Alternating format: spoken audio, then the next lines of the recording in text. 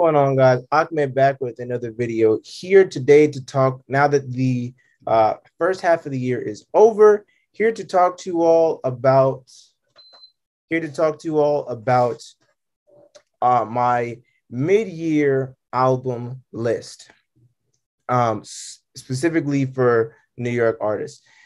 So a couple of things with this. I am not going to be factoring in numbers or any like popularity contest, anything like that. Um, I will be factoring in impact and sort of originality.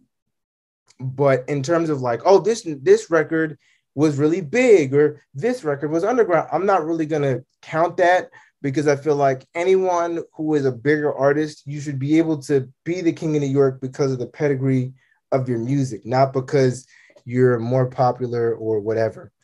And so just keep that in mind throughout. Uh, Also, this is just the middle of the year. And this list, I'm going to tell you right now, will change. It absolutely will change. And so with people like Joey Badass dropping next month, with ASAP Rocky dropping pretty soon, and with A Boogie dropping next month, there will be some shakeup. Some people will go up, some people will go down. This list is definitely subject to change, but let's get into it. And I'll start with, so far there have been 6 records that I've noticed or seen or have come across my timeline that I have found so far this year. And we're going to go from worst to best. And starting with the worst, unfortunately, there's got to be a worst, is going to be J.I. the Prince. You all saw my review of it. I wasn't super impressed with it. I felt like the vocals really didn't land, which really hindered the record's relative greatness. The writing was okay, but the production was also, pretty bland in some spots, or it was sort of exciting to make up for the lack of vocals in some spots. And so while it wasn't a bad record, it really wasn't anything special to my eyes and doesn't really stand out in any kind of way. Um, that being said, I hope to see J.I. Prince level up his vocals, level up his writing, and bring something that maybe can end, a little bit better, next time he drops. That's number 6. Number 5, I'm going to give to B-Love. B-Love's new record, Misunderstood. I actually listened to it very recently because I didn't even know he dropped a full-length project, but it's there, Misunderstood, new project by B-Love. And for my friends who know me, this is actually a good ranking. The fact that I don't rank him at the bottom, and I'll actually pull up here, his what I gave his album in terms of a rating. But I was never the biggest fan. Here, let me pull it up right quick. I was never the biggest fan of B-Love. I felt like his flow was pretty bad, honestly, and his voice was like very hard to listen to, similar to 42 Doug, where it's just like this kind of gravelly, unfinished sort of product that like is kind of just doesn't sound good to my ears. But to his credit, this seemed like a pretty focused and strong project. As far as drill albums go, it definitely isn't the best drill project of this decade, not even this year. But it really, I was impressed, and I think I am sort of, Dougie B is beginning to grow on me. The writing was okay. It was good in the sense that, like, he kept with the drill formula, and he was able to make compelling dark energy tracks with a lot of murderous energy, and he even got introspective here and there. But like with a lot of sort of super underground drill people, there was a lot of reusing of certain punchlines. There was a lot of there wasn't a whole lot of focus track to track. I didn't feel like Each track really like honed in on one theme besides the more introspective tracks. But especially, I think the love tracks were the biggest disappointment on here because he really could have taken the time to talk about his love life, but he kind of just diverted back into drill. The production and creativity was honestly good. I thought this was really strong. Some of the samples on here were really, really enjoyable. Some of the beats were kind of but overall, I'm a big fan of drill production. And when you add samples on it, it's even better. Some of the samples I'd never heard used in that way or sampled in any kind of way. It was the first time I've ever heard those record samples, such as the Nelly song. And so it was really cool to kind of see that experience, have that experience. That was really, really fun. And the creativity, like I said, his voice, it was a bit hard on the ears, but it is definitely his own. And he comes with his own kind of flair. It is a little bit derivative of K-Flock to a certain extent, but I still think that he brings his own style to the table and brings his own value to the table. But the production, like I said, the production was definitely one of the highlights of this record. The flows, I will say this, the flows were bad, I would say overall, but he did show signs of promise. I will 100%, and his flows are absolutely getting better. I almost was going to give him a mid for the flows just because I can see on songs such as what is it? Ooh, it's like a weird, it is a weird name, but it's like IYK something. Let me just check this out right quick. Boom. On songs such as IYKYK or Humble or Reminiscing, I felt like his flow was honestly pretty strong. And Boom Boom was kind of funny because it was almost like he was forced, A Boogie kind of forced him to have a good flow. And I could tell he was trying to fight it, and he was still rapping off beat at some points, but following A Boogie's flow, it was a pretty good track. Boom Boom, I thought was stronger. And so while his flow is getting better, I still feel like there was just too many moments where he was rapping blatantly off beat for me to really feel like it was more than bad. But like I said, I think that his flow is getting better, and it was definitely mid/bad. It wasn't all the way bad. The musical execution was honestly good. A lot of the songs, like I said, besides the voice that kind of is hard for me to listen to, the hooks were okay. The beats and the production was great, and it definitely gave me that dark energy that I've come to know and love from drill. And so the feature was amazing. I love the A Boogie feature, but it doesn't really count for much here, just because there was only one feature on it. Which, by the way, the way I often do this is it's not just a sort of averaging of all of the it's not just an averaging of all of the ratings. It is also sort of what mattered more throughout the record. So like, for example, because the production is going to carry this to a mid, because that was one of the highlights of the record. And one of the things that really brought it up, but the flow is going to bring it down because that was one of the things that really brought it down more, versus like the features didn't impact it as much. And so I don't really consider that to be the biggest deal. The writing didn't really impact it as much, and wasn't I think the focal point of the record for me. And so that was kind of, I don't deem those things as heavily important.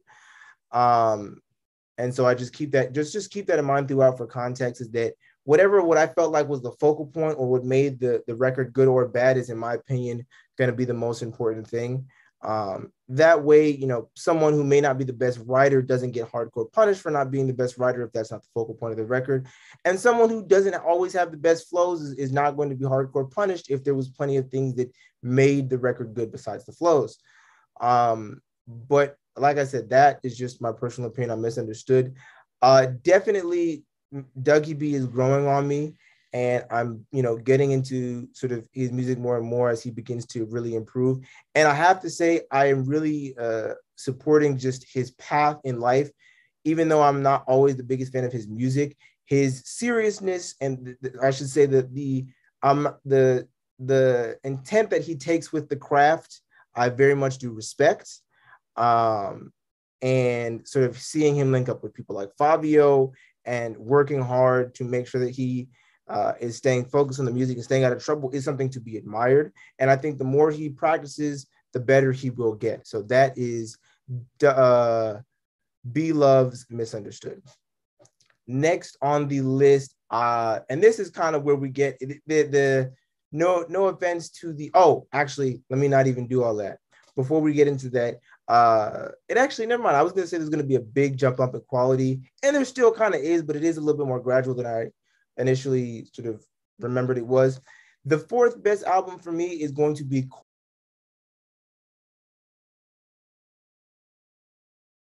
very, very strong. Excellent bars, excellent lyricism, excellent rhyme schemes. Really, really enjoyed it. Let me just pull up the rating for it quick, fast.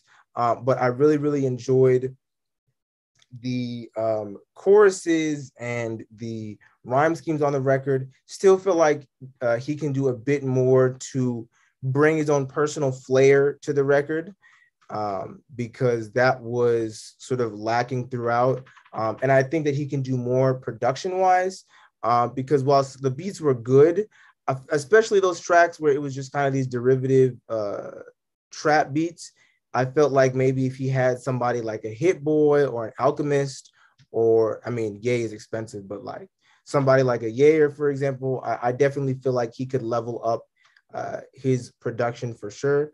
And so that was something that I feel like he could do better, but definitely a good project. Let's see if I can, here we go. Yep, here we go.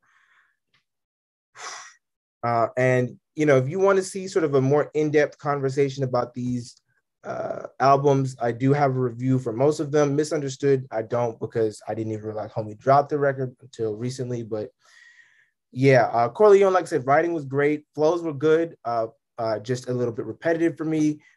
Music creativity and production, it was mid. The beats were good in a vacuum, but overall, as a cohesive project, it kind of bordered on a little bit repetitive, and the creativity could have been better. I wish he would have done more with that. Features were honestly great. There was like a lot of the features were just good to great, and then there was the standout feature of the Boogie feature, and I think the Rowdy Rebels feature was definitely an amazing feature as well. But then there was the 42 Doug thing that brought it down for me personally. And the musical execution was amazing. I definitely felt like it. Every single song I could bump. And so overall, I'm going to give it the great rating. So now on to the top three. And in third place, I'm going to give Tana Talk 4.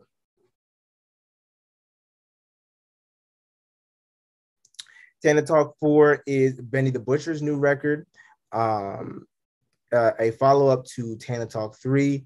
And this record was everything that you could ever want from Coke Rap personified. It was super dense rhyme schemes, incredible beats, the sort of like super visual bars, this ability to create an environment that is so important for me in music, and this sort of very mafioso, very much deep baritone delivery that I really enjoy from Benny. Very, very strong record. And as a rap record, if you're looking for some like old school, just rippity rap, bars on bars on bars, this was that. Some of the strongest just objective rapping in this record. And you're going to hear me talk more about Benny's rapping when I get into the track review, because there were a few tracks that came out yesterday that I do want to get into. So let's get into my overall rating for it. So, but bam, here it is, Tana Talk 4. Writing was amazing. Like I said, Coke Rap, he has mastered that style, absolutely mastered that style. From the rhyme schemes to the comparisons to the bars, it was honestly a great, great experience. Um, Flows were cool, flows were good. Um, it was kind of it similar to Don Q. It was a bit repetitive, but the delivery was really really strong, and so I definitely would consider his flows, even though the flow itself wasn't anything spectacular or super entertaining. The uh, the delivery was really really strong, and so I definitely give it a good on the flows. The features were good to me. There were a few out, like, definitely outstanding features, such as the J. Cole feature, which was definitely the best feature verse of the year, best verse of the year overall so far. And the Conway contribution. But I also felt like on songs like Back Back that there were also a few lackluster features that I wish were a bit thought out. And I also think that um, one thing that was a bit weird to me when it came to the features was there wasn't much of a push to bring different sounds. It felt like everyone very much fit the kind of boom bap lyrical sort of trap rap aesthetic. And so that was also a problem, is that they didn't really feel like there was much of a push to bring different voices onto here. J. Cole was the largest attempt, but even still, he sort of brought a more, he sort of went into Benny's world rather than Benny going into his world. And so the features didn't really bring that much versatility to me. And also a lot of them were forgettable to me, but still overall good features. And you can't have a mid in the features when you have the best verse of the year so far, Johnny P's Caddy. Insane verse by J. Cole. Absolutely insane. Production and creativity. So this is, like I said, one of those things where it kind of cancels out, where the creativity was kind of meh for me. I felt like sonically he didn't really do much to differentiate himself from a Pusha T or a Biggie Smalls, which are what I feel like are his predecessors. Um, but production wise, this was amazing. The Alchemists really did their thing on this record, and while it wasn't as good as another record that they produced, which we will get into later, I definitely felt like the sounds and the sort of instruments that the Alchemists used were very very good and definitely fit this record. I will say, that being said, that the production did get a little bit repetitive at some points. So that was another thing to kind of knock. But that being said, The Alchemist still a legendary producer, and definitely I felt like did his thing on this record. And like I said, if you're looking for a rippity rap, old school bar for bar record, this is where it's at. Musical execution, I just give it a good rating. I feel like, and this is heavily carried by the production. And I think and this kind of goes into the biggest problem of the record, and why and I'm gonna have my top two is gonna be pretty controversial. To have my number two above my number three, above Tana Talk 4, and you all will eventually see it. You probably already know who it is, but I think this is where the record kind of suffers the most. And the musical execution wasn't bad to me, but none of the choruses to me were all that memorable. Most of the enjoyment for me from this record came from the quotables and the writing, but not really the soundscapes. And I felt like while the beats did a good job in transporting you to a different world, when it came to really making an enjoyable like listen, like just set your brain off and just enjoy the sounds, it didn't really give that for me.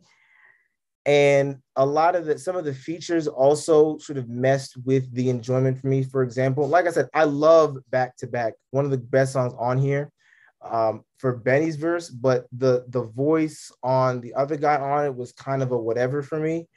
And The choruses, like I said, were not all that memorable. Stuff like Super Plug, the chorus just felt overly complex, overly done, versus a song like Muhammad versus Ali felt a little bit over repetitive, very repetitive for me.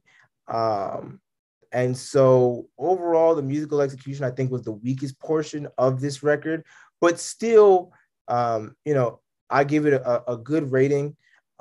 Definitely really enjoyed the listen, and definitely felt like it really exemplified that old school hip hop sound, that vintage hip hop sound, but it just wasn't, it didn't blow me away musically.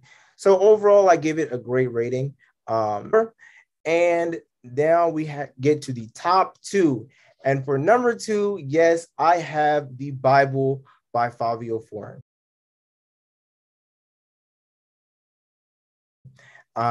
This was Fivio's debut record, and my God, did he impress. I've had a lot of time to sit with this record. This was probably my personal favorite record from this year, but I am still going to do my best to look at it as objectively as possible and look at the things that made it good, the things that made it bad, the things that work, and the things that didn't. So let's get into it. And this will kind of be like my pseudo review of this record as well, because I have been wanting to talk about this record. Overall, a very, very impressive and enjoyable listen. I felt like one of the things that Fivio did so well on this track list was he took a lot of risks, and that is something I will always respect. Is he took a lot of risks when it came to drill production, whether that be bringing in West Coast style sounds on Left Side, whether that be bringing gospel into the mix on songs like On God or on Through the Fire. The amount of R&B and sort of melody people that he had was also a good look. And so that was one of the highlights of the record for me. Also, the flows. Oh my goodness, the flow switch. Fivio is flow god right now. Fivio in New York, between him and A-Boogie, Dumbs is flow god right now. Absolutely insane with it. And it was like incredible to watch him switch flows. That was the most impressive thing to me. And the only reason I will say that to me it doesn't secure that number one spot is because he did take a lot of risks, and some of them worked, but some of them didn't. And I feel like this record definitely had a couple of like frank misses for me, which was kind of unfortunate in the form of World Watching, where I'm sad because the song really had potential, but TJ, his vocals were so nasally and so like congested, I felt like, that it really lent to a poor listening experience. And the song Hello. And the weird thing about this song is that like it almost worked. Like it was a really big risk from Fivio, from the kind of repetitive chorus to having Chloe Bailey on here.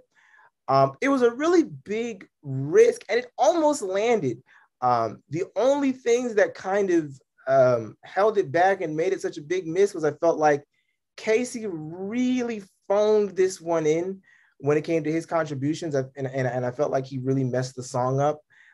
And also the chorus was a little bit repetitive, but the verses by Fivio and the verse by Chloe Bailey were honestly incredible and really enjoyable, but it just didn't fully land for me. And when it's, you're talking about the top three, having a miss and having two misses at that is kind of a big deal for me. But let's get into my general opinions on the record, and let's get into my overall scoring of the record. So Fivio's The Bible. The writing, I give this a good, and I was very, very close to giving it a great. I think my personal bias would give it a great, but I'm going to give it a good, because while there were punchlines on punchlines, and I feel like, Fivio, it almost reminds me of Lil Wayne, the way that Lil Wayne or Eminem talks about how they refuse to reuse punchlines. Fabio kind of reminds me of that, where he like just refuses to use punchlines nowadays.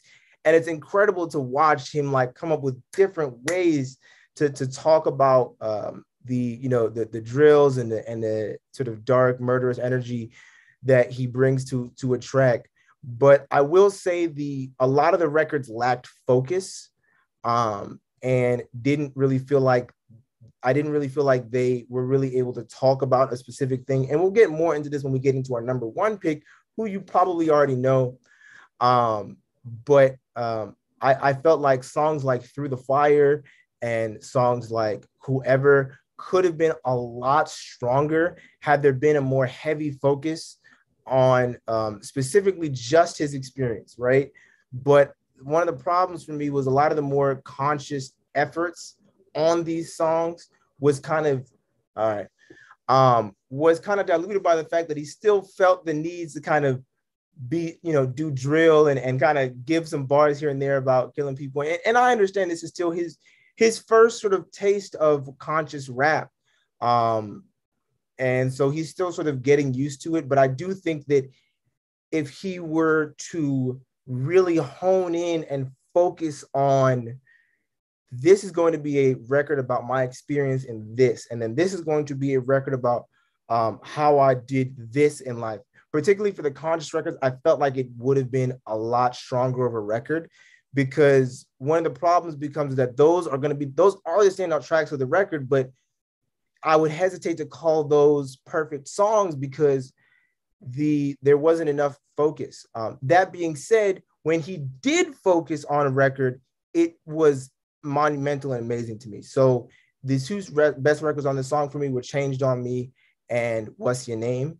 And that was because there was a focus on what he was saying. It was about a singular topic, whether that be people switching up on him both in the gang and in the industry, or about his experience with women and how that goes. When he's able to hone in and focus, he can really make incredible songs, but he's got to be able to do that consistently. And so that's why I consider the writing just good. And of course, he's going to have his drill tracks on there like Magic City, Slime Them, Confident, which were, just standard drill tracks that I really enjoyed. And I'm not going to hardcore critique the writing on that. I really enjoyed those tracks. Magic City, man, that song grew on me. Oh my goodness. I did not like that song when it first came out. And now I'll be like, yo, I cannot get enough of this shit. Magic City by Quavo was fire. I think that's everything I had to say on the writing. And I will say another good point in his favor is that I don't feel like Fabio dropped inherently a bad verse on this record. And we'll get into sort of the flaws of this record later, but I feel like a lot of the flaws come from the features on the record, which, like I said, we'll get into later. But he consistently dropped good verses, whether it be on his verse on Hello, and his verse on Changed on Me, even his verse on Through the Fire was strong.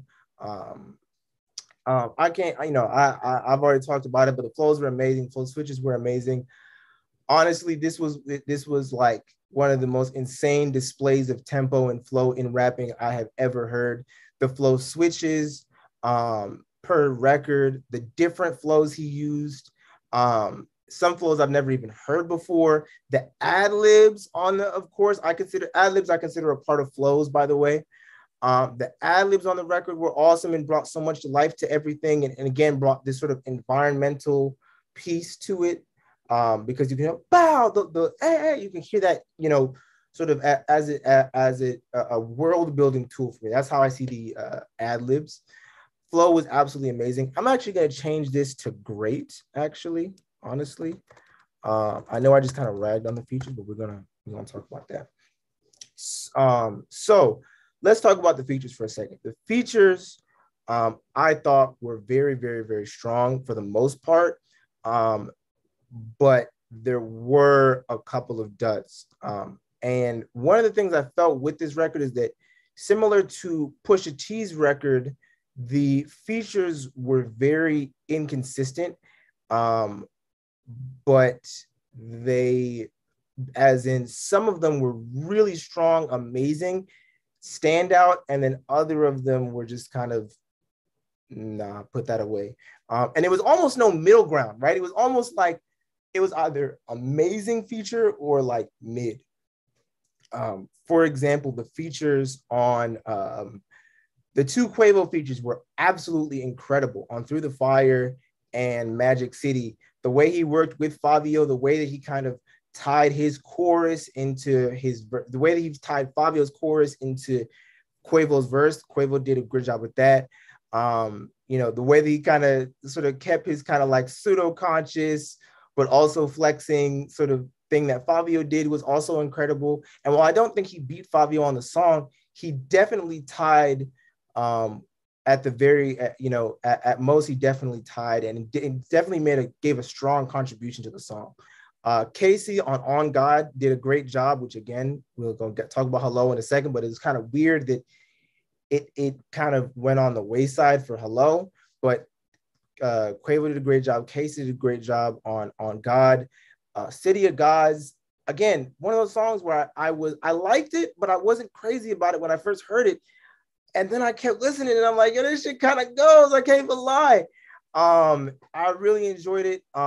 Alicia Keys' vocals performance was decent. I definitely felt like she was straining a little bit, but still very strong. And for what she definitely understood the assignment and accomplished her goal. Kanye's verse was absolutely incredible. Standout of the song, definitely contender for verse of the year. Super, super enjoyable, super, super strong. What else was on there? What's Your Name? Oh my goodness. Everybody went crazy. I don't care. I was going to put this as good, but the fact that Fabio gave Coi Leray a good verse, a listenable and tolerable verse, that automatically upgrades it to great to me. The fact that he was able to do that, mad respect. Coi Leray absolutely killed it on her verse. Definitely the best Coi Leray feature I've ever heard. And Queen Naija, woo, absolutely incredible. Absolutely incredible. What's Your Name, or What's My Name, I can't remember, is one of the best songs off the album. And though they absolutely killed it. Yep. ASAP Rocky feature, it was cool. I'm still like weird. I'm kind of weird about this whole, like, I felt like the beat was so hard and ASAP Rocky came in so soft. It was kind of weird to me. But it's definitely a song that's growing on me. But I definitely feel like it was standard. It was cool. That was kind of one of the middle of the road features for me. Slime Them feature was crazy.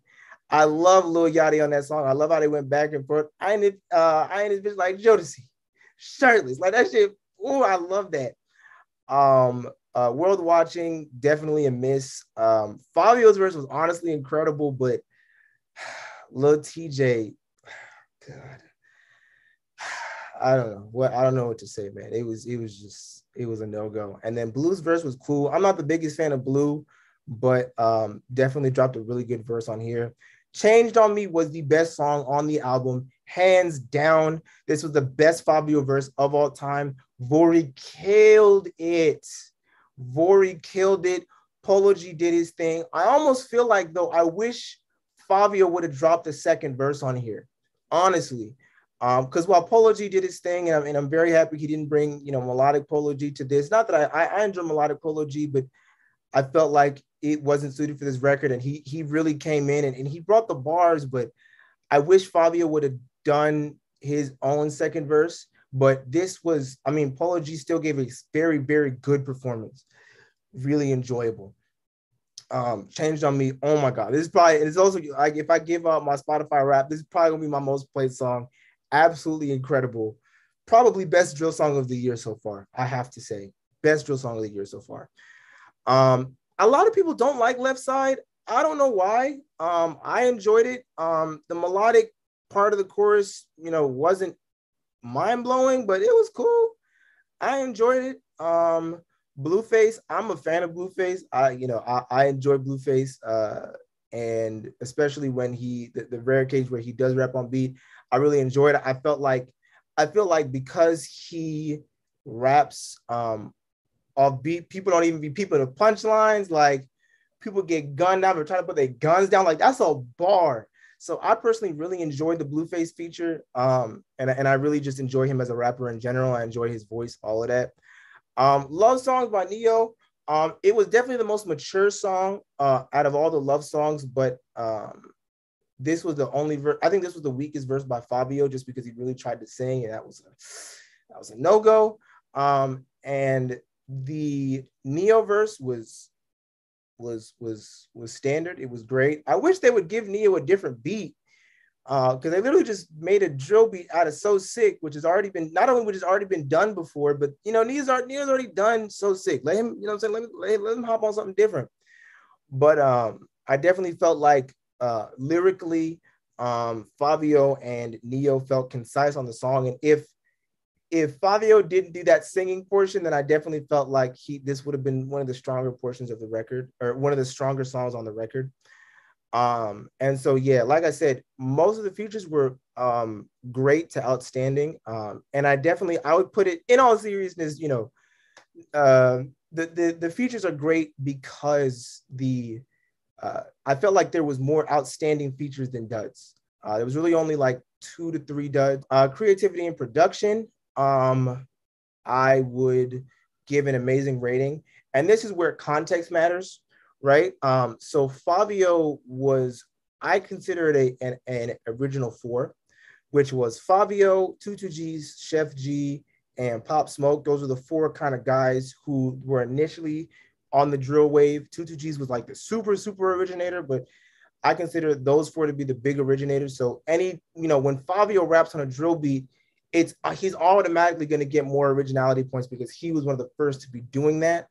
But even like beyond just the fact that he was one of the first to be doing this drill stuff, the production choices he was making was incredible. All the samples that he uses, the risks that he made, the different flows that he's been using, creatively, this was such a strong record. And even, that ties into the production, because there was so many different, things that he did that I felt like could have gone poorly, but just landed every single time, whether it be on like Left Side, What's Your Name, Through the Fire. It just felt like every single thing that homie was doing landed. I wouldn't put it the creativity and production as perfect, just because I think that there's, perfect is reserved for like the peak, right? And I don't feel like this was like peak creativity, but I definitely felt like it was strong. And the musical execution was great, honestly, for me. And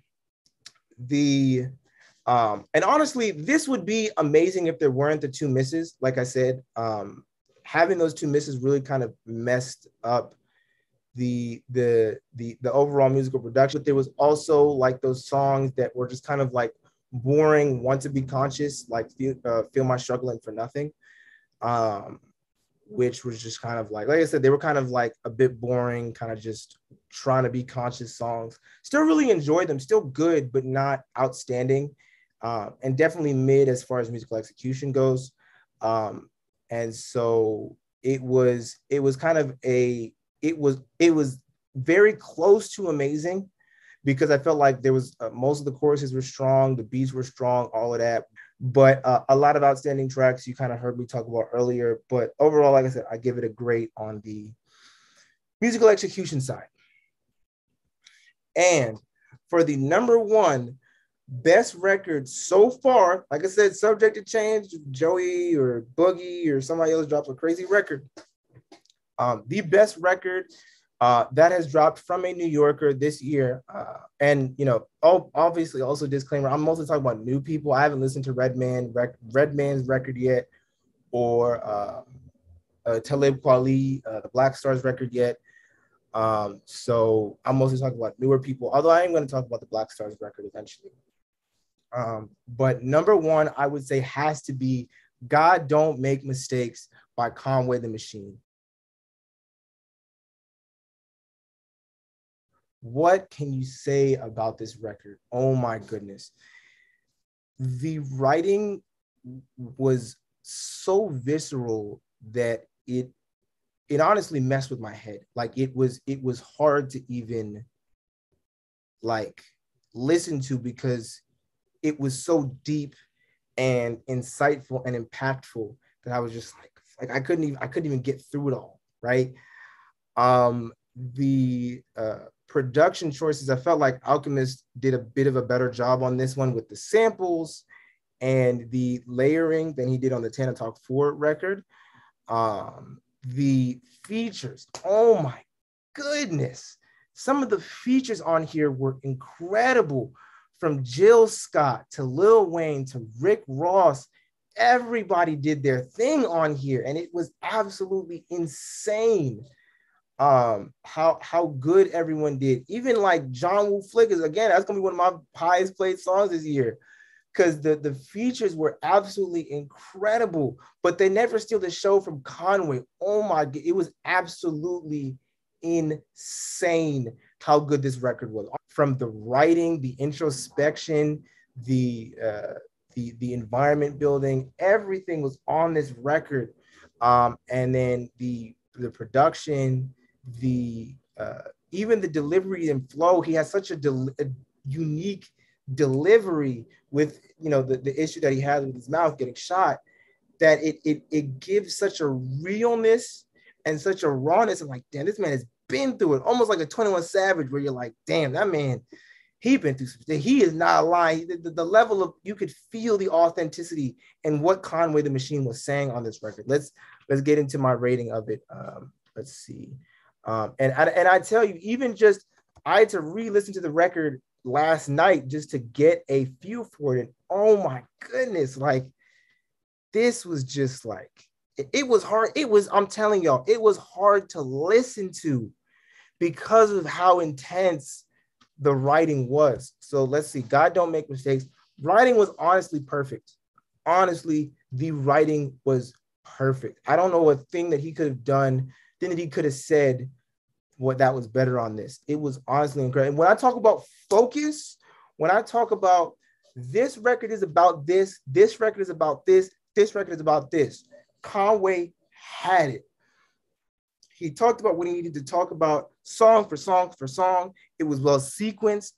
You know, whether he was talking about crazy chapters in his life, whether he was talking about his stress, the time he got shot, his love stories, it was like everything was focused, clear, concise, and the rhyme schemes.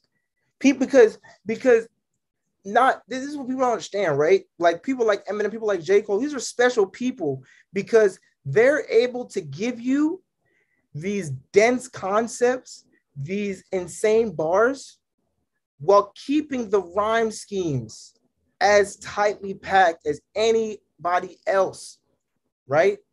And that's what Conway did on this record. He never said, oh, okay, well, I'm going to be lyrical, so let me just throw the bars and the rhyme scheme. But no, he kept that up, which was incredible. Oh my goodness. Creativity and production was amazing. The production was honestly excellent, perfect on this record. Like, I was kind of debating whether or not I was a fan of Alchemist, but this record was it for me. Oh my goodness. And we'll get into the musical execution later, but honestly, the choruses were kind of whatever, but the production was so good that it brings it up to a great just via production alone. The features were perfect, so many outstanding verses, nothing that was bad or disappointing or, you know, whatever. Everybody killed their feature. From even like members of Griselda, from Westside Gunn, I remember it was like he hit a bar where it was like, get caught with it. I'll be home in 3 summers. Get caught without it. Might not live to speak about it. Like, so many bars. The Wheezy feature, the Rick Ross feature, so much on here was like absolutely, like, everyone was outstanding on this record. Everybody killed it. Jill Scott made a surprise appearance and rapped, and she rapped her ass off. It was incredible. And you can tell how much respect all these people have for Conway. Like, this was honestly, I'm debating between amazing and perfect.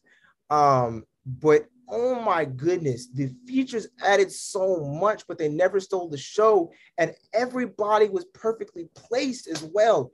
It was amazing. Musical execution, like I said, choruses weren't all that crazy. I definitely felt like he could have done a little bit more with the choruses. Um, Whether that be, moving away from the singing and melodic shit, to just working hard to have stuff flow better. I think there was a moment where it was weird because like Lil Wayne took up his chorus and it sounded better because I think Conway was a little bit offbeat when he was doing and a bag and another bag. But when we in a bag and another bag, yeah, like Weezy almost takes the chorus and does it a little bit better. And I definitely feel like there are moments like that where I feel like, you could definitely have a stronger chorus, but the production was so good and dense and layered with so many samples that it was just like, sheesh. And the environment building was so good that, which also goes into the musical execution for me, that it was just incredible. Flows were decent. Like I said, there was moments where I felt like his flows were a little bit basic, but it was cool. And his delivery also catapults this really, really high for me. The sort of slurred, intense delivery that he has, it really makes it a one-of-a-kind thing and experience that he explicitly has. And so, yeah, that was something I really, really enjoyed. And honestly, like I understand that it's underground to a certain extent. I understand that, a lot of New Yorkers are going to feel like, how did a Buffalo person beat us? Da, da, da, da. But I got to be honest and true to myself about who I really believe went crazy on this record. And Conway went insane on this record. And look, don't shoot the messenger. If y'all are mad that a Buffalo person won, contact your favorite artist, have them make a better album, right? Whether that be Joey Badass or A Boogie when he drops, or ASAP Rocky. You know what I'm saying? If they can make a better record, then they get it they get the belt. But right now, and I'm not saying that Conway is the king of New York or anything like that, because I don't even fully believe that.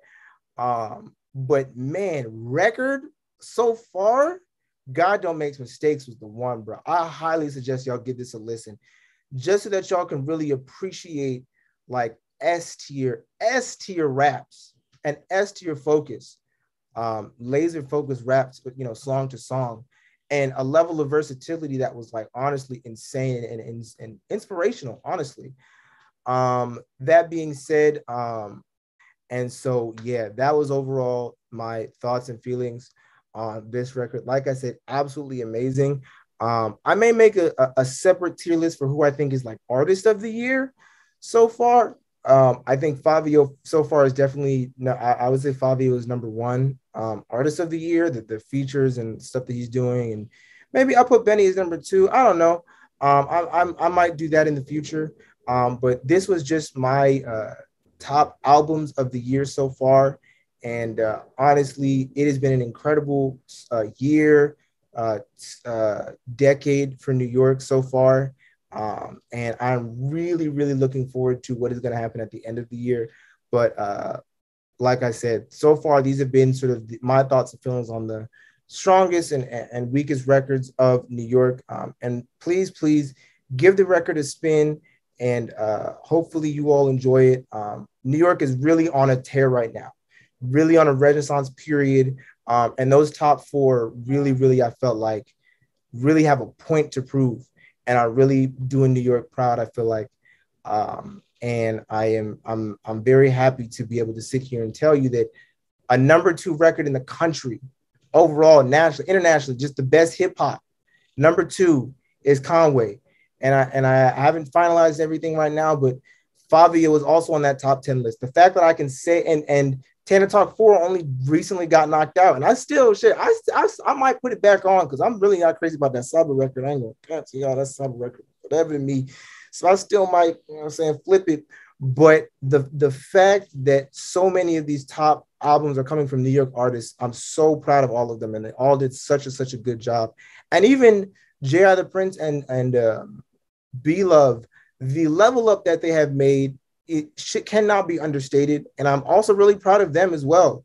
Not, again, wasn't crazy about their records, in isolation, but to say that they are not leveling up and pushing to be better artists would be false. They are, even they themselves are contributing to this rise in standard and this rise in musical quality for New York.